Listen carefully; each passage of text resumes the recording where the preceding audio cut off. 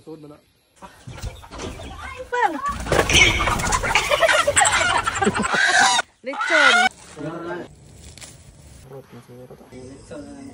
Tangad man. Hello mga ka-LK, mga B.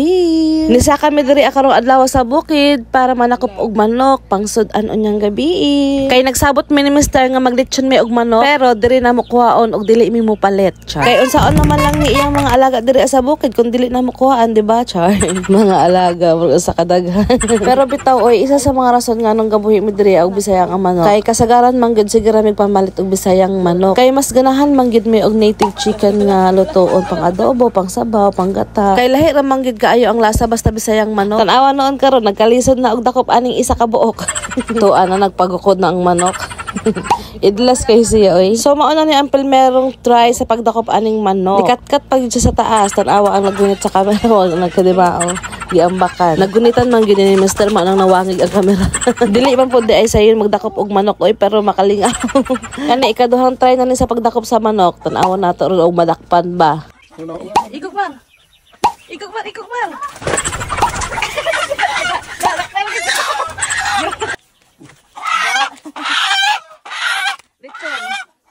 Tan-awa lagi makapasakit po na magdakop tag manok oy.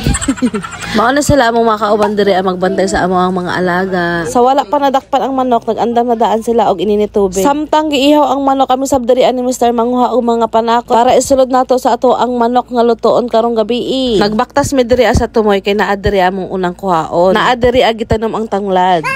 So mao ni among unang kuhaon tanglad kay lami ni siya kaayo isagol sa manok nga recipe nato karong gabi una. Daghanon nato para humot gyud kaayo. Og syempre mas lami ni atong lutoon karon labi na ay mga ingon ani. Na sure gyud nga mahurot gyud dahil inyong luto anig sudan. Pagkahuman na magkuha sa tanglad, ni hapit mi dire kuha og kanang sibuyas dahon. Isa po ni siya sa makahatag og kanang lami sa ato ang ginaluto. Diri lang namon ikuhaon kay naa man mi tanom ani. Syempre nakabawas-bawas sa mga bilihin, Char. Og pagkahuman ani kay nakalabay man mi og sili. Syempre mukuha sa tag sili pang paanghang, di ba? Pawala ng umay. Timing kayo pagkahuman nila og kanang ihaw sa manok, nibukal na pud ang kanang ininit tubig na. Og nahuman na pud si Mr. kuha sa mga lamas diri sa gawas. Pagkahuman og hinlo sa manok, syempre mag-prepare na pud si Mr. ani og mga lamas og katong mga wala na kuha sa gawas na diri sa sulod kuhaon, Char. Pagkabutang sa ininit mao ni siya ang resulta para dali ra gud siya matangtangan og mga buhok.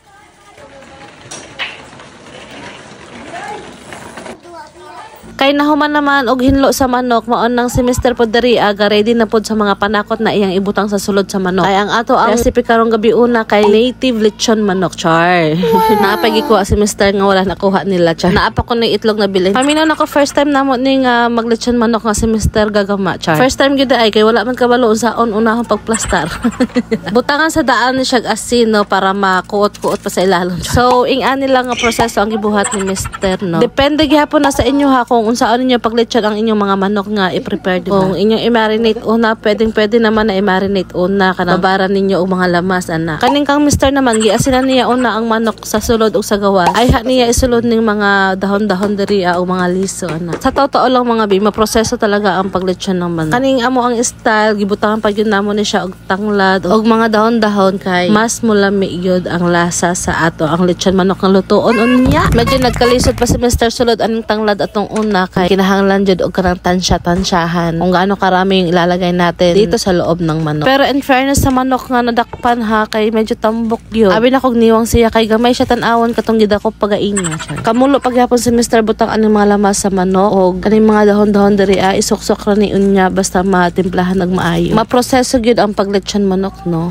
Labi na butangan pa ni mogdaghan mga ricado diha nasa mot. Pero kaning lutoon karon nga lechon manok is pang lutong bahay, special gid ni siya. Mao nang bahalag dugay ni siya mahuman importante lami ang lasa, Char. Samtang ga prepare si Mr. sa among panihapon karon ang among duha ka gusto adito sa taas kay nagdula-dula sila medyo banha sila karon diri. Og ang uban sila mga magpapamusaka ra to diri inig abot ni Atina. Kay ila man gihulatan sa Atina para masabay nilag saka diri. Nagluto pud si mama og gulay na munggos dito sa ubos para iyang dalon diri unya. niya. Maunang naikapares nga gulay ni among lechon manok diri para panihapon. Ayun, gibutangan na ni Mr. og sili ning atong lechon manok diri. Pero kato nga sili dili man to kaayo halang, sakto-sakto lang. Kaon gihapon atong mga anak ani. Hay salamat. Nahuman ra gyud timpla ni ato ang manok diri. Malechon na gid ni siguro. Nangita pa taon sila panghikot ani. Kaning kawayan or sa man siya nga kahoy na among gigamit sa panglechon. Nako, dugay na ni diri asa amo pero arang kalig-on paghihapon. Daghan na ni lechon ani nga manok gyud. Nagamit pa gyud namo dira sa ilaya. Pagkahikot sa manok, gipaliguan dayon ni Mr. og toyo ning atong lechonon kay ingon ana man daw na siya basta lechon. Samtang giandam ang mga panakot aning manok, kamulo na sab og pabaga diri para dire-diretso na atong pagluto aning lechon manok. Makulbaan man sabta aning kayo pero ingon sila okay ra daw na siya para dali ra mauga ang kanang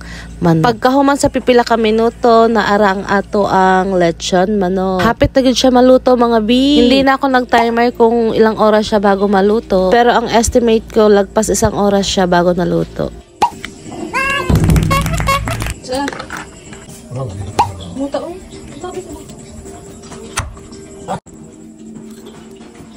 Grabe ka humot sa lechon manok, nanggawas ang baho sa tanglad. Sa mga panakot bitaw nga gibutang sa iyahang tiyan na. Grabe, kalami ani. Tapos dili siya dry, may pagka-juicy gihapon ni.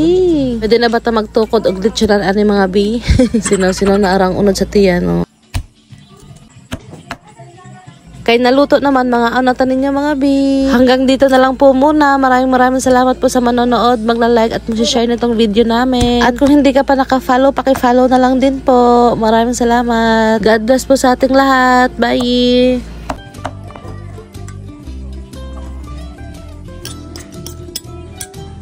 Gusto ito marbong.